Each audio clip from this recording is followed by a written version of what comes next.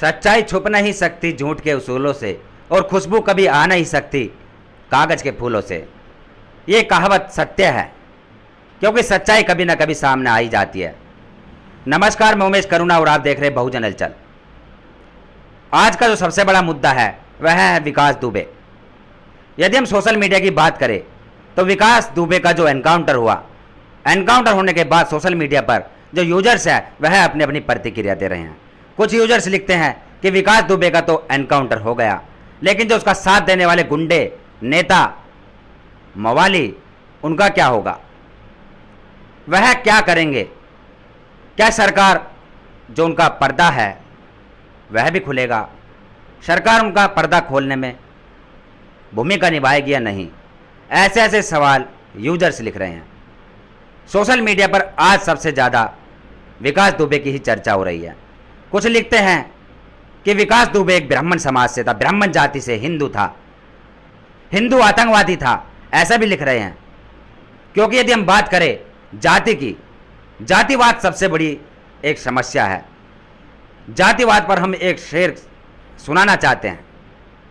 किसी ने कहा है कि तुम अपनी जात को ऊंची करार देते हो, प्राकृति की कारागरी को नकार देते हो, कभी सिर झुकाते हो अकीदत में, कभी सिर झुकाते हो बुतों के सामने अकीदत में, और कभी आदमी का सिर उतार लेते हो। ये एक जातिवाद पर है कि सब अपनी जाति को ऊंची करार देते हैं। यदि हम विकास दुबे की बात करें तो 2-3 दिन पहले जब वह वारदात हुई थी कानपुर में, जो 8 पुलिसकर्मियों की हत्या की गई थी विकास दुबे द्वारा, उस पर कुछ विकास दुबे की जाति के लोग विकास दुबे को बहादुर बता रहे थे, उसको शेर बता रहे थे कि ब्राह्मण समाज का शेर, इसने बहुत बड़ा काम किया, ऐसे ऐसे बता रहे थे। वह वो लोग थे जो संविधान को नहीं मानते, जो मनुवाद विचारधारा से गिरस्त है, जो आज जाति की बात करते हैं। लेकिन हम यदि बताएं कि अपराधी अपराधी होता है, अपराधी की कोई जाति नहीं होती, ये बात सत्य है, लेकिन इसको नकारा जाता है। विकास दुबे का एनकाउंटर होने के बाद राजनीति, सियासत में काफ़ी हलचल मच गई है। यदि हम बात करें बहुजन समाज पार्टी की सुप्रीमो मायावती जी की, मायावती जी ने ट्वीट किया, ट्वीट में लिखा कि विकास दुबे के एनकाउंटर की निष्पक्षीय सुप्रीम कोर्ट द्वारा जांच हो, और जो उसके साथ मिली भगत थी जिन लोगों की, उन पर भी कड़ी कार्रवाई हो, तभी उन 8 पुलिसकर्मियों के परिवार को इंसाफ मिलेगा, अन्यथा इंसाफ नहीं मिलेगा। उसके बाद यदि हम बात करें समाजवादी पार्टी के अध्यक्ष अखिलेश यादव लिखते हैं, जिस समय विकास दुबे की गिरफ्तारी की गई थी मध्य प्रदेश के उज्जैन मंदिर से, उस समय अखिलेश यादव ने कहा था कि उसकी कॉल डिटेल CDR सार्वजनिक की जाए, जिससे कि आम जनता को पता चले कि उसके साथ कौन कौन जुड़ा हुआ है, सबका पर्दाफाश हो। यह अखिलेश यादव की मांग थी।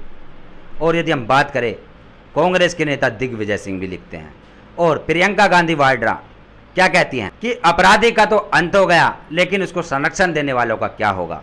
बहुत बड़ी बात लिखी। बहुत सवाल उठाए जा रहे हैं मिनिस्ट्री मीडिया पे व शासन प्रशासन पर कि जो विकास दुबे को संरक्षण देने वाले हैं उनका क्या होगा? क्या उनकी गिरफ्तारी होगी? क्या उनका भी एनकाउंटर किया जाएगा, उनको सज़ा मिलेगी या नहीं? ये बहुत बड़ा सवाल है।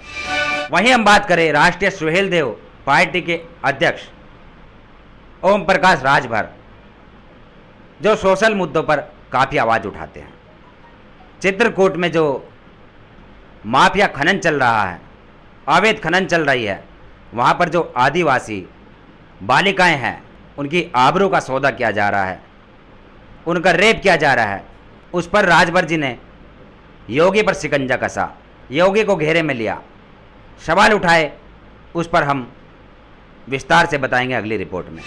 और सबसे बड़ा मुद्दा है बाबा साहब अम्बेडकर जी का राजगृह का मुद्दा। राजगृह पर हमला किया गया जो मुंबई के दादर में स्थित है। उस पर हमला करने वाले हमलावर खुला घूम रहे हैं, उन पर अभी कोई कार्रवाई नहीं की गई, क्योंकि वह मनुवादी है जो बताया जा रहा है। उनको सत्ता का संरक्षण मिल रहा है, बताया जा रहा है कि वह आरएसएस के भी हो सकते हैं, उनके आरएसएस से तार जुड़े हो सकते हैं। यह काफ़ी निंदनीय घटना हुई। इससे पहले बाबा साहब अंबेडकर जी की प्रतिमाएं तोड़ी जाती थी, जो हम देखते थे अक्सर।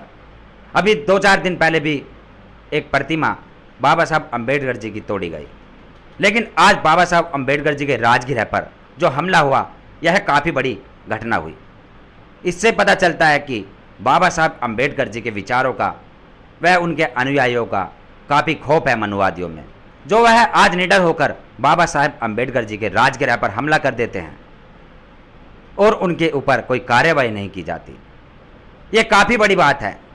और इस पर बहुजन समाज के जो संगठन हैं, तमाम संगठन की यदि हम बात करें, वह ऐलान कर रहे हैं, वह सरकार को चेतावनी दे रहे हैं कि वह बड़ा आंदोलन करेंगे यदि उनके ऊपर कार्रवाई नहीं की गई। वह विकास दुबे से भी ज़्यादा भयंकर आतंकवादी है, जो एक भारत रत्न बाबा साहब अंबेडकर जी के राजगृह पर हमला करते हैं। यह एक छोटा मामला नहीं है, काफ़ी बड़ी घटना है। और इस पर बहुजन समाज के जो संगठन है, वह काफ़ी क्रोधित है, काफ़ी आक्रोश है उनमें, क्योंकि यह बाबा साहब के अनुयायियों के दिल पर, उनके विचारों पर ठेस पहुंची है और इस पर बड़ा एक्शन लिया जाना चाहिए। यदि नहीं ऐसा हुआ तो बहुजन समाज के जो तमाम संगठन हैं, वह ऐलान कर चुके हैं, वह कह चुके हैं कि सरकार फेल हो चुकी है, सरकार के बस में कुछ नहीं रहा। एक तरफ यहाँ पर लॉकडाउन की डेट निर्धारित की कर दी गई है। उत्तर प्रदेश की यदि हम बात करें, उत्तर प्रदेश में लॉकडाउन आज रात 10 बजे से स्टार्ट हो जाएगा 2 दिन के लिए, और उसकी जो अवधि है वह बढ़ाई जाएगी, ऐसे बताया जा रहा है, क्योंकि सरकार फेल हो चुकी है। ये बात सत्य है। कुछ लोगों का कहना है कि जो कोरोना वायरस है, जो ये आपदा है, इसको लाने वाले भारत के अंदर सिर्फ मोदी ही थे। ट्रंप से जो था, नमस्ते ट्रंप, भारत के अंदर लेकर आए थे, उस समय कोरोना महामारी फैलती चली गई। ये सवाल उठाए जा रहे हैं और जनता सवाल उठाएगी, क्योंकि जनता स्वतंत्र है, उसको जन्मसिद्ध अधिकार है अच्छे बुरे पर अपनी बात रखने का, और वही हम रखते हैं। हम भी सच्चाई पर बात रखते हैं, क्योंकि सच्चाई कभी छुप नहीं सकती झूठ के उसूलों से, और खुशबू आ नहीं सकती कागज़ के फूलों से। इस बात को सोचते हुए हम बेखौफ होकर सरकार से आंख मिलाकर सवाल उठाते हैं और उठाते रहेंगे। तो आप देख रहे थे बहुजन हलचल में उमेश करुणा, आपसे इजाज़त लेता हूँ। जय भीम, जय भारत, धन्यवाद। अगर आप चाहते हैं गरीब हर वंचित इंसान की आवाज आप तक पहुंचे, तो हमारे चैनल को सब्सक्राइब करें और बेल आइकन का बटन दबाना ना भूलें। देखते रहिए बहुजन हलचल न्यूज।